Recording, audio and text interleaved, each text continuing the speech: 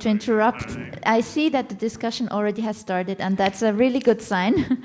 So it shows that our panelists are really have something to say to each other, and I'm happy that they will share this with us just in a few moments. Welcome to everybody. My name is Claire Hoffmann. I'm curator here at CENTQUATRE Suisse, and I'm really delighted to have this evening today with these panelists, which I will introduce in just a few seconds. So the idea of this evening was to accompany the exhibition of Denise Bertschi of a discursive moment, and to invite people who have other perspectives onto the artistic material that she used.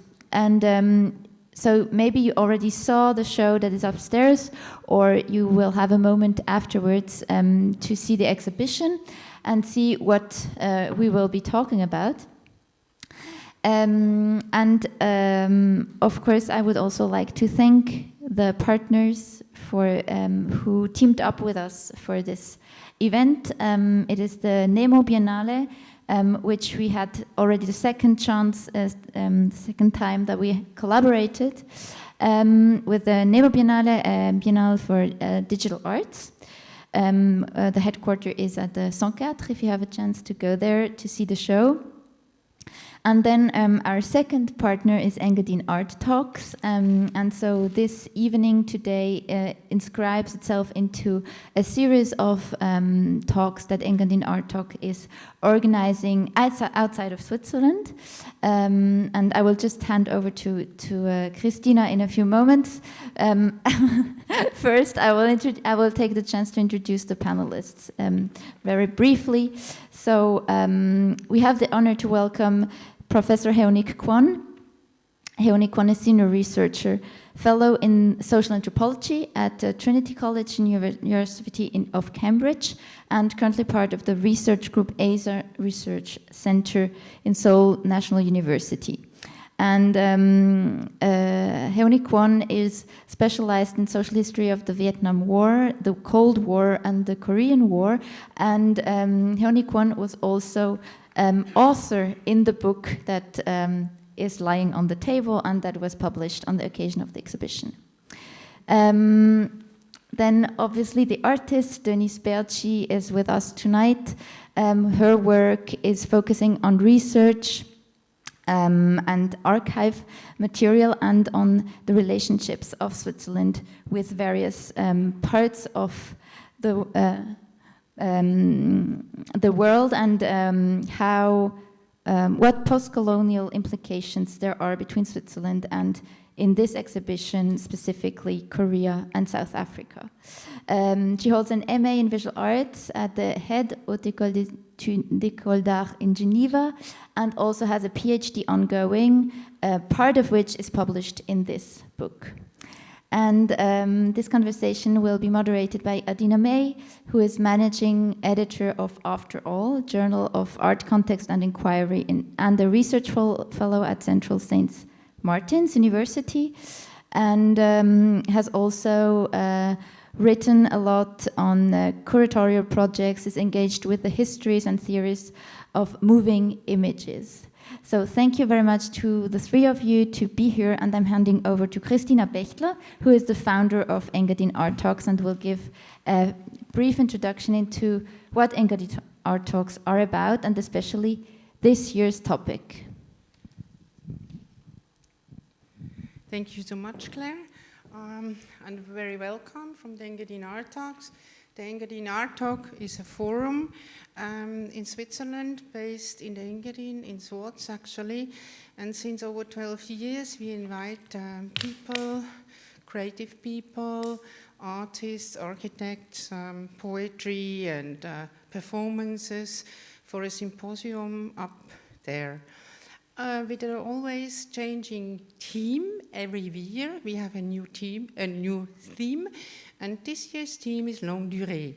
So as we couldn't make the longue durée in reality actually up there in the mountain due to COVID, Claire Hoffmann interviewed, for example, just to mention one of 40 of the contributions with Ethel. She had a discussion here, we recorded with Ethel Adnan. It was very successful, the whole thing. We had over 12,000 people watching. So we hope we will have more watching this now, which will be recorded as well. To the theme longue durée. The French historian Fernand Braudel advocated the longue durée, a view of history which relegates the historical importance of news events beneath slow shifts over centuries and occasional crises in the grand underlying structure of human civilization. Extinction is a phenomenon that belongs to longue durée, the symptoms of which we are now beginning to experience as news. And I think pretty much that art, architecture, and what you're researching, what you are doing, it's a perspective which is also endeavor in the theme of longue durée. Please go ahead, Adeena, and I enjoy the interesting talk. This is yours.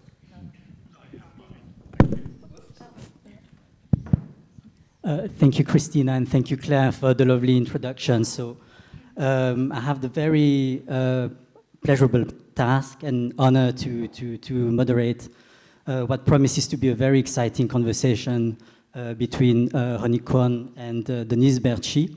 As it was already mentioned, we've already been having actually very exciting conversations. So hopefully, it's just a continuation of really a friendly and intellectually rich exchange.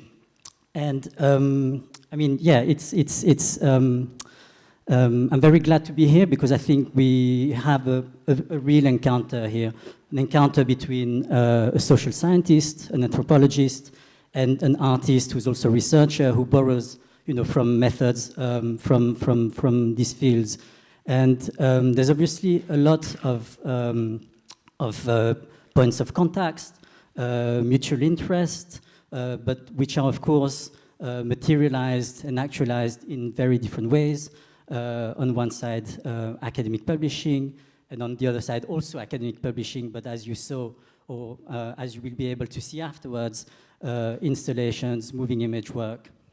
And another thing that Denise and Heonik have in common, I think, is a certain relationship to history.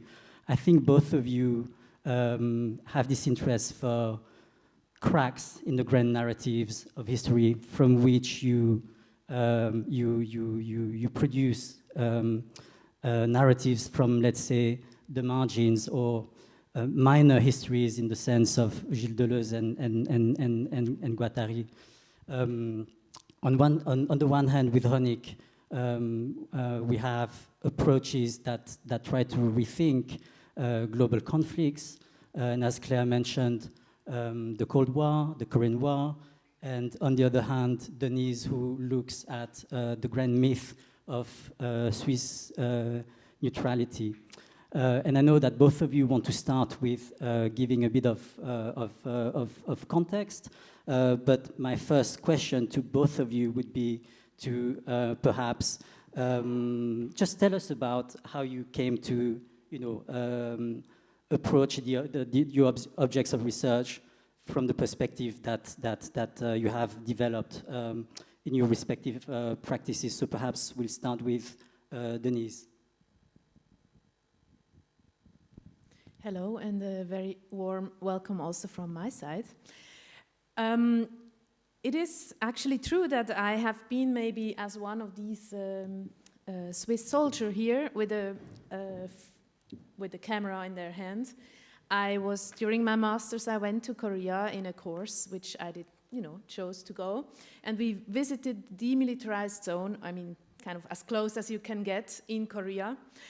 And one day we would visit a Swiss neutral mission, military mission, close to the Korean you know, divided zone, which kind of divides the north and the south, as we all know.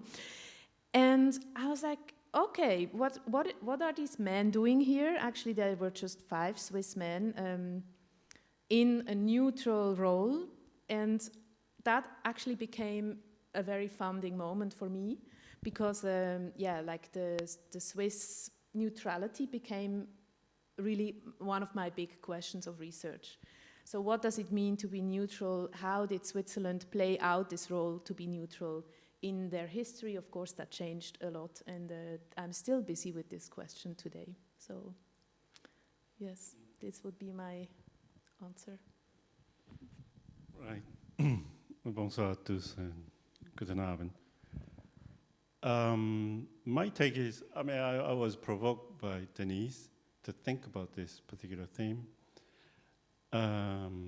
Thinking through the concept of neutrality, which is vital for European politics, particularly to the existence of Swiss state.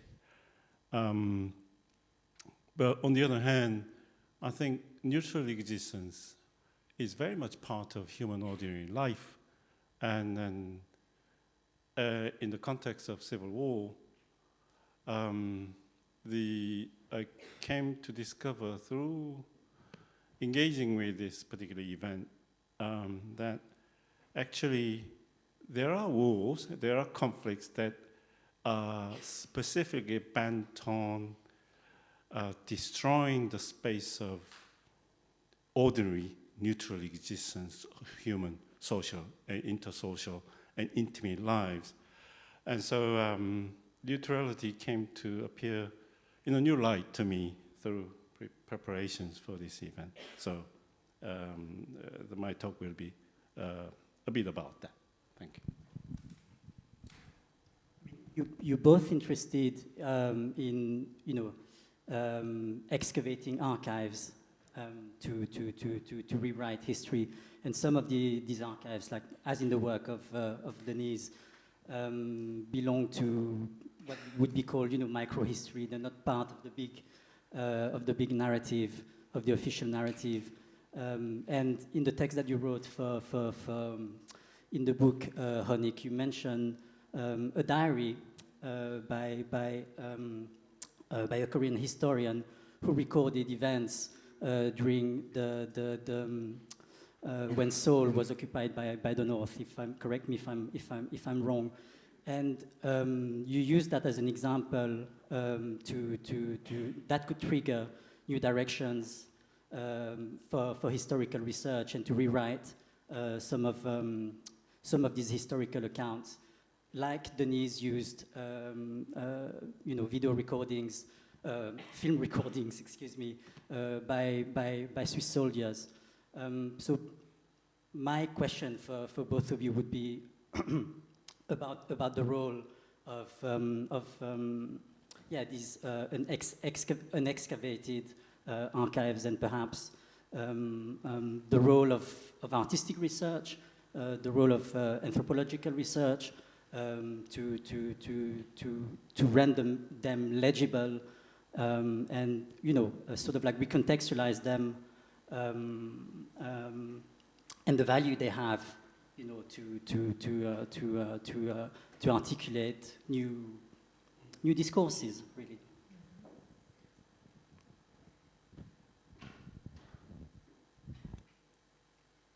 Yeah, so maybe to go into what it means to work with archives, I could just show you some slides that you get an idea of the book that we published for the occasion of this exhibition. It's called State Fiction, The Gaze of the Swiss Neutral Mission in the Korean Demilitarized Zone. For this project, it was really the goal I discovered an archive in the military archive of Switzerland, which from the beginning was introduced to me as a military non-relevant archive. And I thought this was an interesting starting point for me as an artist and a researcher to see what can this material, which was photographic and, as you said, film, what can this tell me how can I kind of analyze and enter as these two men into the gaze of what they saw?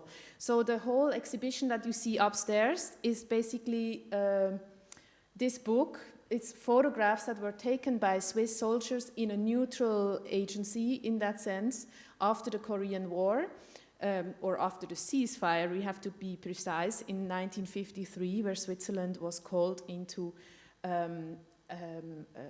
compound, let's say, of four neutral nations, to oversee the ceasefire. So what I did is basically analyze these Swiss soldiers as photographers. Of course, they were all amateur photographers. They didn't have kind of a mandate to go and document what they're doing. They were there as military men, having to overview, right, like a Cold War conflict. But at the side, it happens that they were really producing a lot of photographs. Of course, they were based in a small, they had a little base, which became kind of the Swiss club, they called it. So I was very interested in the reproduction of national images, national identity, which then was represented in the book and also in the film that you see upstairs by quotes from their diaries, from reports that I found in the archive. So it's kind of, I'm trying to create tension between the images that I'm publishing and the quotes from the archive, from their diaries, from how they perceived what they saw, what they encountered, coming from a country which was in that sense very far away, right? Like they would arrive in Korea, they had in the 1950s not really an idea where they would arrive. They had no idea of Korean culture. And what does that produce? So we see a lot of clashes, a lot of hybrid situations where they would try to kind of create their own home, called like their Swiss home, with like plants, they would say, with their maybe their cantonal flags and so on. But obviously they created a new kind of infrastructure of peace, or of so-called peace, you know, where then they would, of course, also get introduced to the local communities, the rural areas. And how did these encounters happen? How did these Swiss men, they were only men, this is also an important point to make for me. It's really a very, a gaze which was purely masculine, we can say. So how did these images even get into being, of what Ariella Azoulay also calls, you know, the civil contract of photography? What is the contract? How did these photographs come here? And we see here an interesting encounter where, like, a Swiss soldier would like to take photographs of a woman working in a nearby village, and what did he do? He offered a cigarette. And so there were these kind of small traits, so he was able to take his photographs. And in the diaries we can also see a lot that actually the Korean people were not, they didn't really like to be photographed. So what does these images, what does that mean today? So yeah, this was kind of a way I worked through the archive, and there obviously were certain topics that reappeared. A lot of it was also this encounter with, you know, women, Korean women, children. Above all, we can, if you get really into the material, kind of feel a certain superiority of the Swiss, like, we bring you peace. We are the ones coming from democratic culture. We can serve you and bring you something.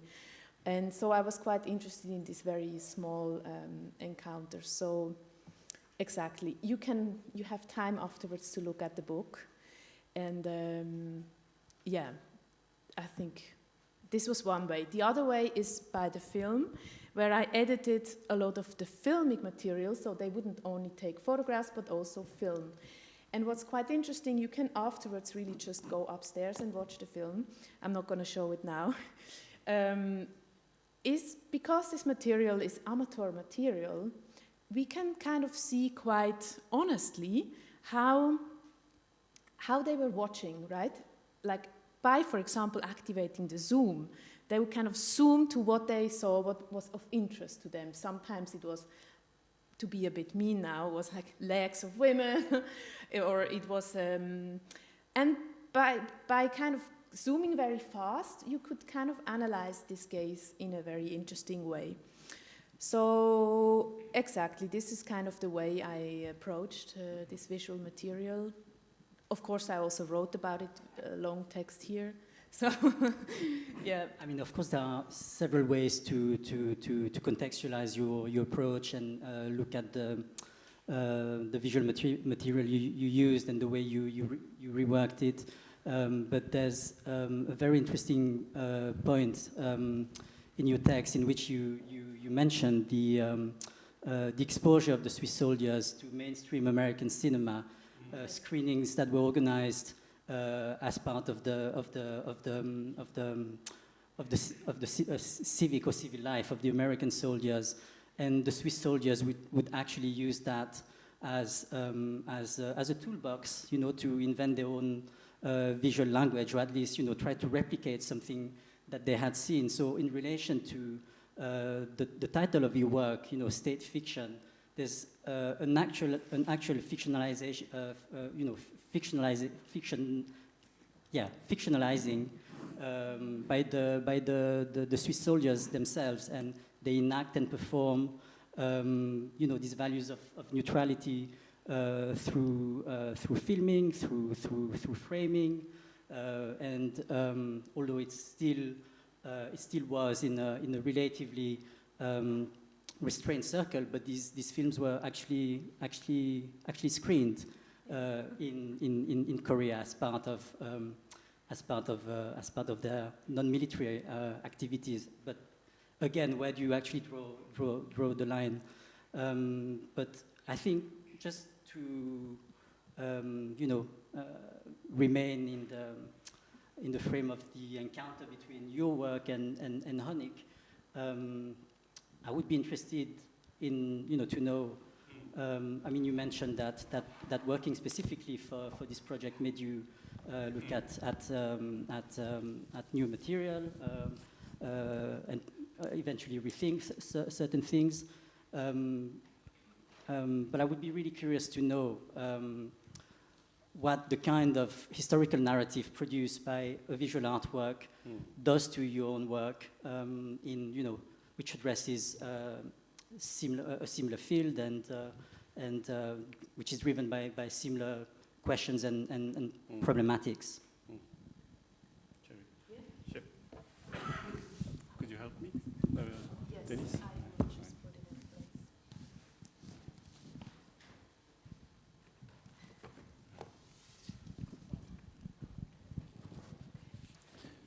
Right. Yes. Yeah, very, very briefly, I was given 5 minutes. So, entire history of Cold War as such in Asia. If you think of Korean War as the beginning of my past years, I've been doing this Cold War studies with a few colleagues in how Cold War was like in Europe, particularly in Germany, and then how it was like in Asian context, and what it is like to live in a Cold War society without actually war, and what it is like to live in a Cold War society that involves armed conflict, and are these two the same Cold War? But if you think of Korean War as the launching point of Cold War in Pacific Asia as such, and follow the historians that it was supposed to end in Afghanistan, and now the Korean conflict or Afghan conflict ended as such, so it continues to some extent.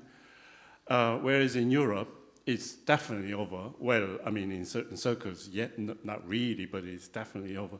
So my interest in this whole thing is how to bring story of large Asia during the second half of 20th century to young people in Europe and vice versa, and etc. Okay, straight to Korean War, and this is what Denise is mentioned, the ironically named the demilitarized zone between North and South. It's heavily fortified, and it's regularly meetings are held by neutral nations supervisory commission, including Swiss and Swedish officers. And speaking of visual culture, my small piece that I contribute to this collection starts with this. I recommend this film. It's called The Joint Security Area. Koreans are good at making films because they have to visualize to understand themselves in the world. And it's a very good film, and the director is excellent. I know his younger brother better than himself, but it's called Joint Security Area. It's basically a heavily militarized zone, and there is absolutely no contact between northern and southern Korean counterparts, whereas Swiss counterpart and Swedish counterpart are free to move between north and south. So who is given freedom and who is not given freedom? And whereas the joint security area is jointly managed by northern and southern as well as neutral nations commission, but a few sentinels in joint security area, northern and southern counterpart, develop certain secretive friendship, and it is between this young man on the foreground, the military police of Southern Army, and this man at the center, an officer from Northern Security Forces. So they develop this friendship. They visit in the thick of night and share noodle soup and talk about their families. But something goes wrong and there is an accident. And I was told that by the director that he was desperately looking for Swiss actress to play. And then, so the neutral commission gets involved, and then they have to investigate this incident. So the officer is sent from Switzerland, but they couldn't find a proper Swiss actress, so they ended up with Korean actress. But her background is her mother is Swiss, her father is Northern Korean, who took at the end of the war, among the prisoners of war, do you want to go back to North Korea, or do you want to stay in free country, which is South Korea, which was not that free, but free country, or do you reject both of them, or go third party, neutral nations? So quite a few of them chose Argentina and Brazil as their destination. So her father, she's a mixed child. Her father is Northern Communist soldier, officer, who chose neutral nation, where he met his future wife, who is a Swiss national, and so Major Sophie John became Swiss officer of Swiss Army. So she investigates. It's a riveting story, and so it is confrontation between a Swiss officer, although she is half Korean, but she thinks like a Swiss. So we have to get into the bottom of the story, and then that is the job of Neutral Nations Commission.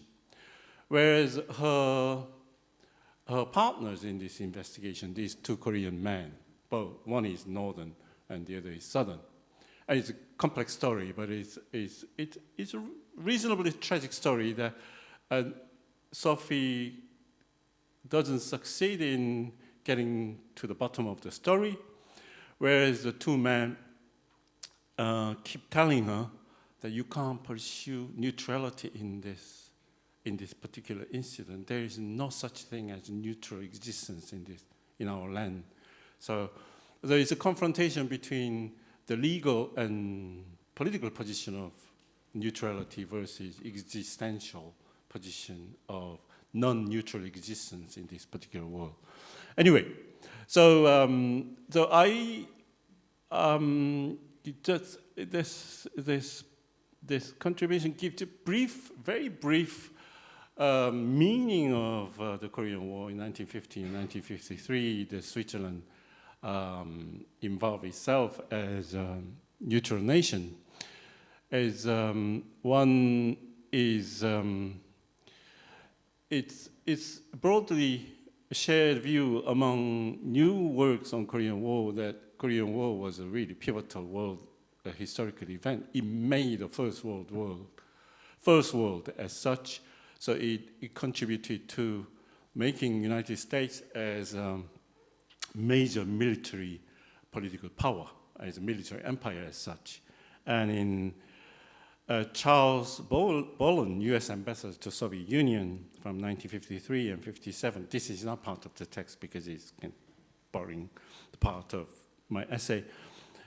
He said in 1953, it was the Korean War, not the World War II, that made us, United States, a world military political power, unquote.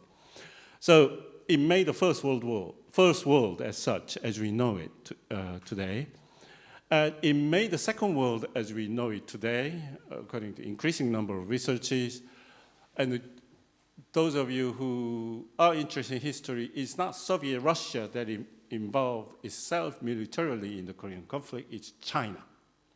So China fought against the United States in single space in modern history. Young men from United States and not so young men from China took each other's lives during the Korean War. And this episode is brought forward forcefully in contemporary China. It's a mega box. It's showing now in China, not elsewhere. Is kind of reservoir of Changjin battle when China claims that it decimated the U.S. 7th Division, but it's not true. Both were decimated, by the cold. It was below 20 and 30s.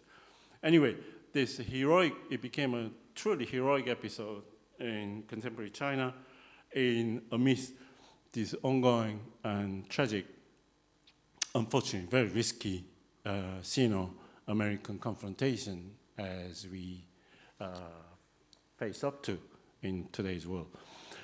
So this Korean War as an international war involving US and Chinese power is back to our present many years later. And how we sort this particular dimension of war will have much say to the future of world peace in the years to come. And this is another, I don't mention it in the book, but it's a long-held story of Korean War. Mao's eldest son, Mao Anning, he was one of the first casualties of Chinese volunteer army by South African fighter jet.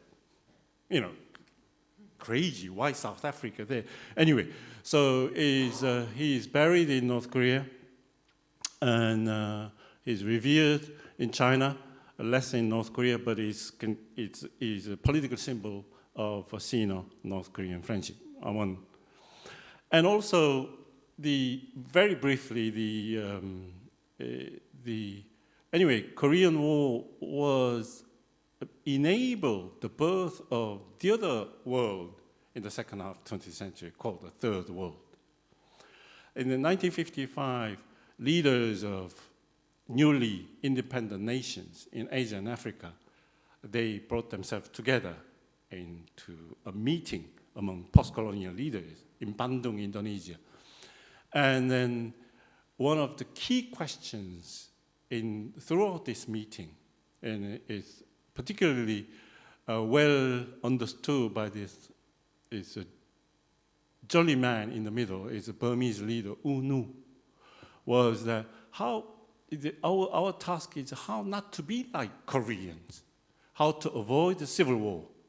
So how to avoid taking sides between First and Second World, so that this confrontation becomes our internal dynamic, so that we get into the war among brothers.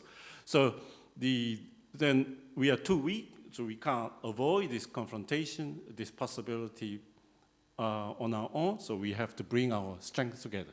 That was the beginning of the formation of the Third World.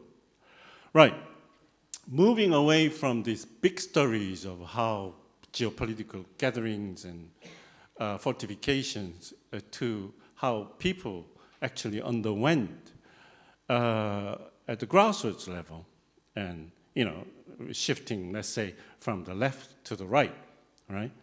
Not to the combatants, but to shifting from combatants to those displaced. And then because I'm using too much time, so I'll skip that. And then this is not from Korea, but it's Vietnam. The Vietnam underwent civil war much longer than Koreans. Koreans underwent military aspect of civil war for 3 years. Vietnamese from 1945 to 1975 for 30 years. So their language has more elaborate metaphors for the experience of civil war. So this is what Vietnamese call soi do. It's made of sticky rice, white rice, with black beans. The idea is, when you live in this reality, you can't separate the white against the black. You have to eat them together to enjoy soi do.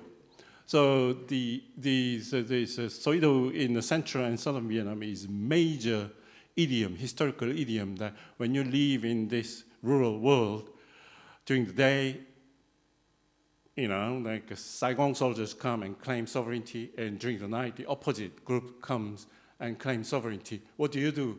You say happy, you are happy during the night, and you say happy during the day. So you live with both this country, political world, and somehow live through it. And to the extent that it becomes almost normal, daily life, or something like that.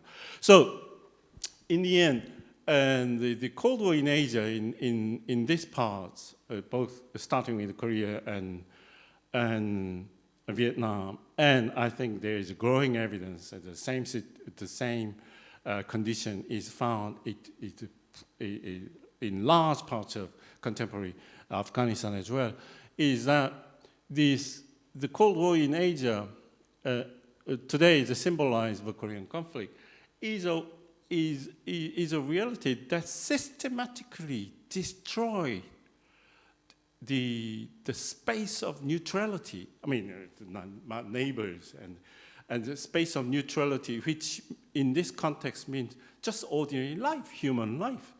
How to be neutral from this political dynamics is systematic assault against this the neutral space, which in this historical reality is just what we call ordinary life. As we see in the room in Swiss Culture Center about daily domestic life. It's a wonderful exhibition I had a view early on. So in conclusion, that is there are two notions of neutrality that we work on in this book. One is it's a judiciary, a legal, and political concept of neutrality that was quite important, but not only in the first half of 20th century, but in the second half especially. But that privileged position of neutrality confronts this statement as in the joint security area story, that there is no such space of neutrality in our lived world. But I agree with that, so we go along with that. On the other hand, another sense of neutrality, which is just so commonsensical, ordinary, was prevalent. Human life itself is neutral existence. It has to be free from this bipolarization of politics.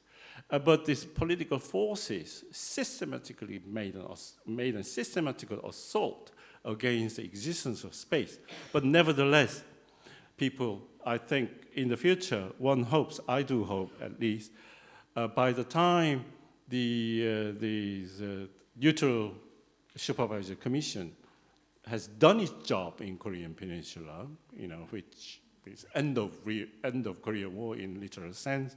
They will also have the privilege to encounter many stories that will contradict the statement emanating from joint security area that there is no space, there is no place for neutrality in this world. That is stories of how many ordinary people struggle to enable such places even in hardest time. Thank you. Thank you so much, Heonik, for this visual parcours through your research. And I really like the anecdote about the sticky rice in Vietnam, which actually reminds me of some of the foundational studies in anthropology of mainland Southeast Asia, which for whom ontology in Southeast Asia is rice. And I don't know if that could be extended to East Asia as well. But I'm just saying this not to talk about rice, but to fall back to the question at the core. One of the questions at the core in your work, and in your work, Denise, which is that of the foundation of social bond. You've done a lot of work on kinship. You just spoke about neutrality as a space where social life is regulated. But I want to fall back onto Denise's work and ask you about the way engaging and examining, this visual material, seeing the daily life of the soldiers, the way they engage with the local populations, with the other military missions, and basically, seeing something that is mundane with all the negative and positive sides. What has it done, to you as someone who has to navigate this material and the kind of and your project, of deconstructing Swiss neutrality, but also deconstructing yet another form of neutrality, which we haven't really talked about, but it's which is the supposedly neutrality of the camera. It's a technical media, so these soldiers, innocently but not always filming their surroundings, going on these weekend missions, and actually making films out of them, but with the kind of patriarchal and colonial gaze, which doesn't announce itself. How does that do to your project of critically engaging with this field of question? Yeah, maybe I can start and also connect to what Heonik Kwon brought to us from his perspective of his own research, to the desire of a neutral space, in a sense also of a safe space. We can say that neutrality might bring to people that don't want to decide on which side of the world power they want to be.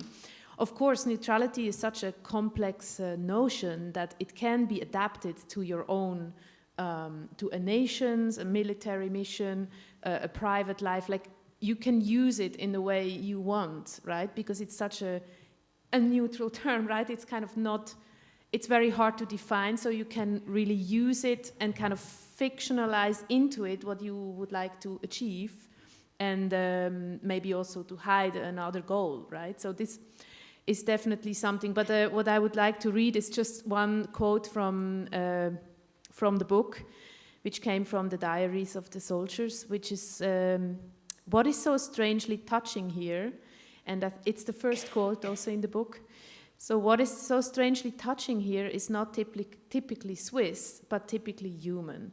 So I think a lot of these images I treated do not only speak, of course, about being Swiss, but of how to be human. And I think, you saw this image with the soldiers taking photographs of flowers, like looking at flowers, creating a home. So in a sense, this constant navigation of what it means to be neutral is what was really striking me in the material. And of course, I'm kind of reading to you now the last quote of the book, which is ending basically with a question. And this is also interesting to mention. Although the Swiss soldiers were often extremely convinced of their neutral role and what this brought in a kind of soft power, we can say, in this conflict, that could also help them to establish their own nation's place in the world and the political situation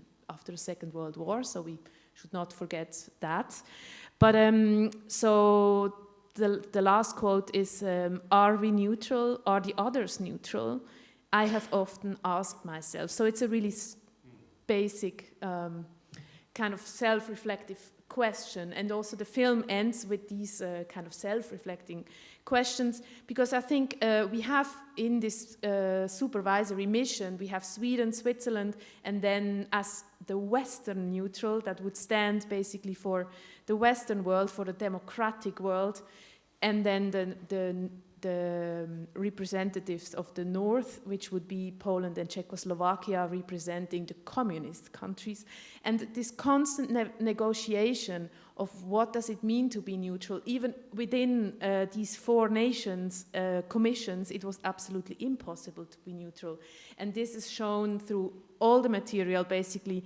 Like, there was always a representation of the world ideology you would arrive with in this context. So what for me was really striking in that sense is, yes, this kind of space, we can never be still. We always have to basically move, you know. So neutrality would almost, if there is some such thing as complete neutrality, I think it would be death, because somehow, you know, then you might be really balanced, I don't know. But as long as there is life, there's always movement from you know, your thoughts, what you personally are living through the kind of, you know, from the micro to the macro. We spoke about this now sometimes, you know, like maybe in your personal life, and this is often also in these quotes, that from their personal life, they had a very clear stand of where they think, where they are and what they think is right, like convinced that democratic principles are much better, and we are here to bring peace, and we know how peace works as Swiss neutrals. And but then on the end, and to say like, okay, these are the communist neutrals, they might be called neutral as well, but they would, of course, they're not as neutrals as we are. So there's always this distinction, and I think this is something I took. Yes, it's all about movement, and that's also the beauty, that even while writing history or writing histories, rewriting histories, yes, we can kind of understand this kind of mélange, hybrid space that neutrality might offer. So maybe there is a space for neutrality. Maybe there's also space and time for the audience, because I think we've spoken quite a bit already, and we have some time to take questions from the audience if there are any. They can be asked in French, and we will translate. I mean, if not, we'll you know, keep conversing. Because yes. we speak about the zone, which is very artificial, was very artificial and not alive, and very controlled, and not the real life, reflecting real life. Now today we face the fact that South Korea is neutral, democratic in that sense, and has a huge boom in art and architecture. Is it only infused through the market, or how do you see that? Today, South. South, I think it's a multiple. It is still. I think when you live in a state of cease too long, it becomes so ordinary. So on daily life, the risk or the threat of major armed crisis seems so distant, but at the same time, it's just around the corner. So I think people do live in this duplex reality in which war is so far away, well, 70 years ago. On the other hand, is so near you. And it's good that the younger generations encountering such stories of destruction of neutral space through films, and then so the artistic world, I think, is doing good in bringing back certain stories from the past, but not in heavy dose, but to the extent that people can relate to it. So I think in such a way that I think the film industries and etc. is doing well. Because it's one vital means. Art and performative art is one vital means with which the post-war generations can interact with the reality, which is not very far away. Thank you. Thank you.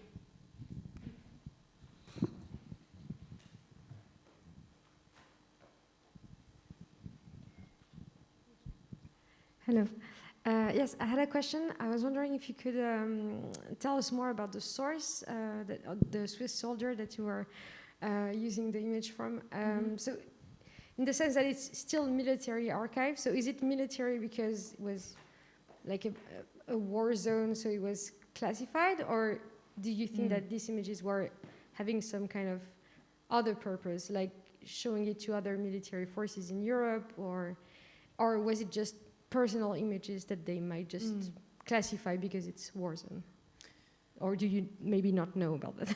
No. I do know there's a complex status of these images because they were taken in free time, in leisure time of military personnel that was of course also on duty and off duty. So, and of course again here it's difficult to draw the line, but we can say they were in a military position while taking the photographs, but they didn't have a mandate. So the archive is in the military Swiss archive, but it is not stored and not classified as military relevant material. So it is more a collection of these people who had served a part of their life in Korea for the Swiss military and collected. So it's basically more their own initiative to collect the material as a memory. And the archive where it's stored is the military archive. So it has an ambiguous position in a way. But the photographs and also the film rolls were given over to the Bibliothek am Gisonplatz. That's the proper name basically of the archive in Bern. And it is also accessible for researchers and so on, of course, to analyze it. So they kind of give it out of their hand also. So this is why this was even possible for me to work with these photographs.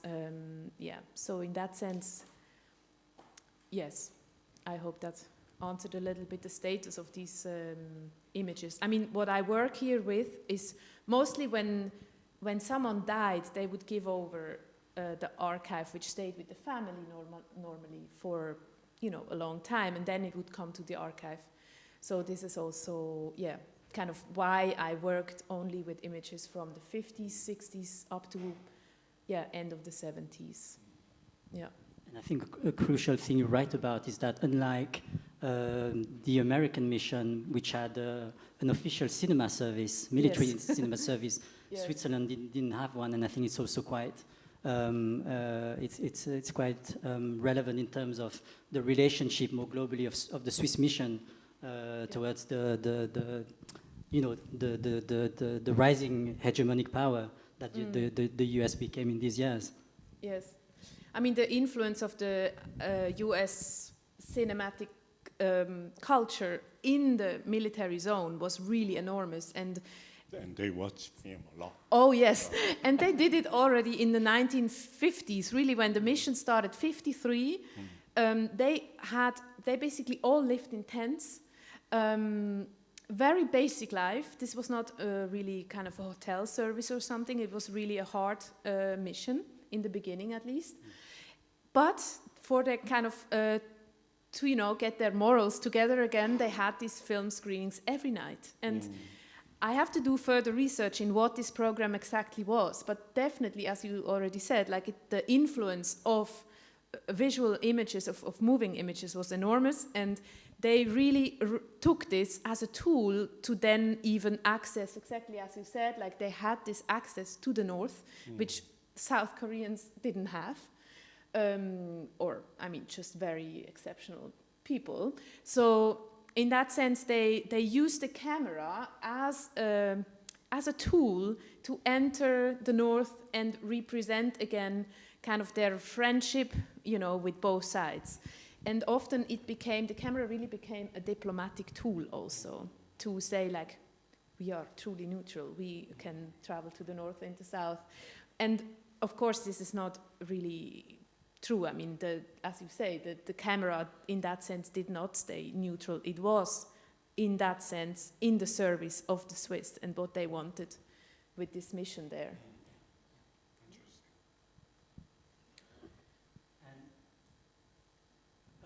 Any other questions from the audience? Or?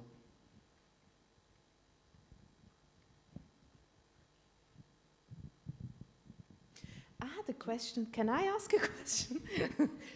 But what I'm very curious is, so this material is stored in Switzerland at the moment, right? And it basically documents Korean life, culture, also a lot of knowledge, right? Like of agriculture, of rural life. Of course, through the lens of Swiss people that are coming from a really different world. But what is the worth of such material to Korea today? This is really a question I was burning to ask you. So Denise, when I was watching the video footage, I thought some of the images they took in North Korea, in North Korea's very early reconstruction period. Yes.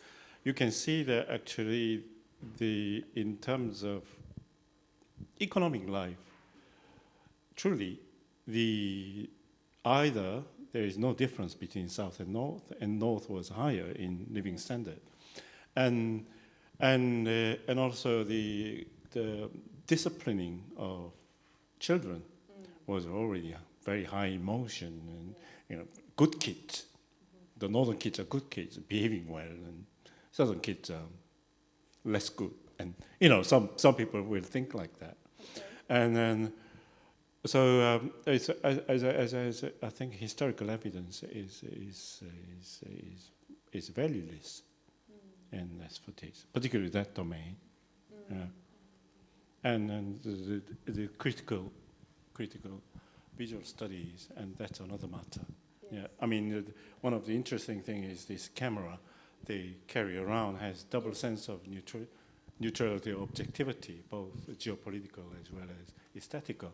So that's a really interesting theme, yes. The merging of these two notions of objectivity or neutrality in this particular practice, which is very interesting. This was kind of the title. Oh, there's a question? Yeah, well, okay.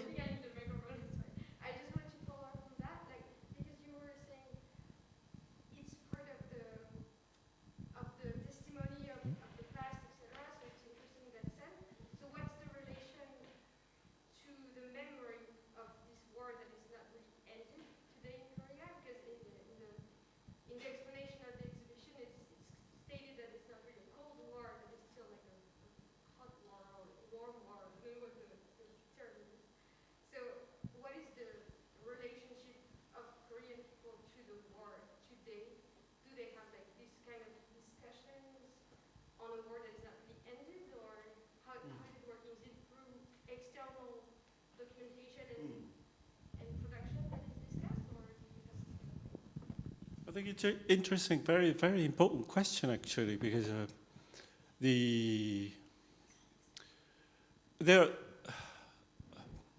to think of war, how to remember war is such a vital question. You know, how to remember 1914 and 1918 creatively is vital for Europe's democratic future.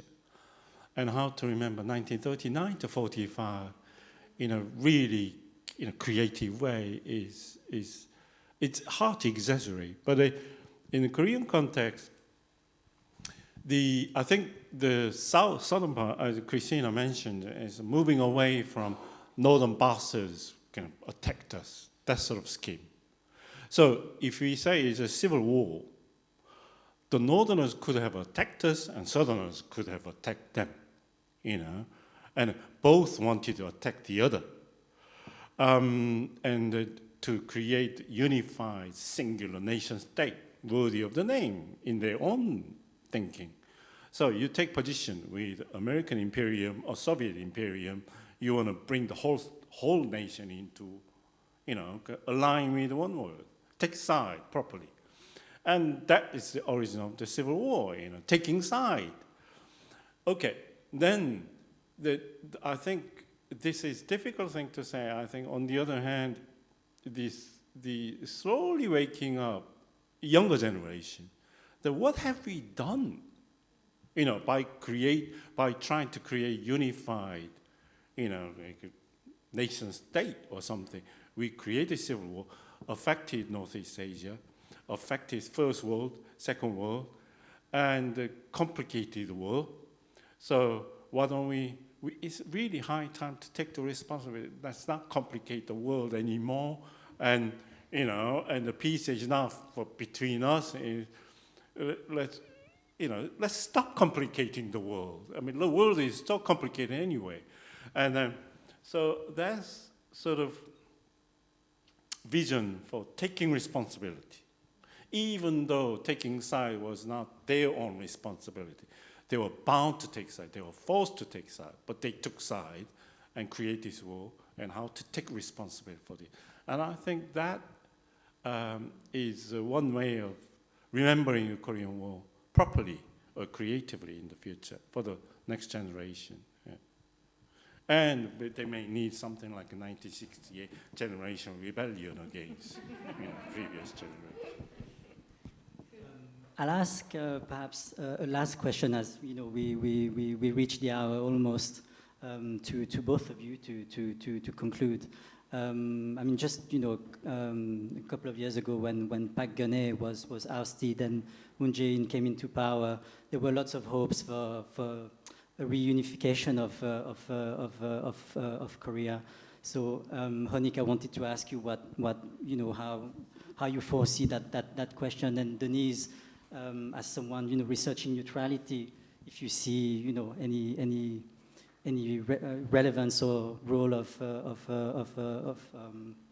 Switzerland and artistic work to articulate something hopeful for the future. Big question. You don't have to answer. No, I personally started shunning the concept of unification. And German unification, in the 1990s, it's almost a generation ago. To talk about unification is, the concept of unification, when Germany unified, was kind of hopeful word. But nowadays, the idea of unification, it's off the record, like unification of China, for instance. It's hard to sometimes not to worry about what unification means. And so it's whether the act of unification is possible by peaceful means. And the very war that Korean Peninsula underwent many years ago was in the name of unification. So I think it's a long road. I mean, maybe in political settlement it may happen, but I think at the moment, personally, what I'm focusing on is how to recover more fully how this war of unification destroyed the unified, neutral space of ordinary human lives for millions of people. And so contrast this human dramas against this political drama, and then arm the next generation with the strength against hyper, ultra national form of nationalism. And then European democracy is a crisis, and democracy in Asia is in crisis. How to save certain islands in Asia, hold on to this democratic spirit. I don't think about unification. I think about democracy all the time. Yeah.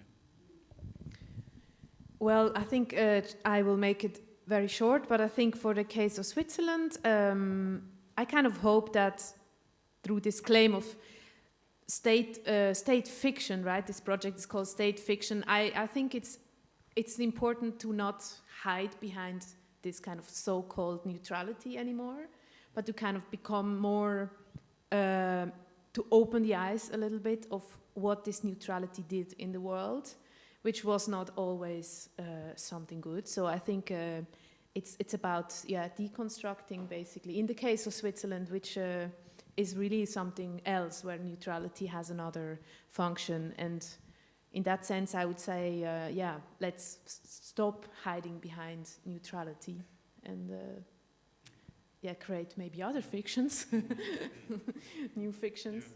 So, well, thank you both for your,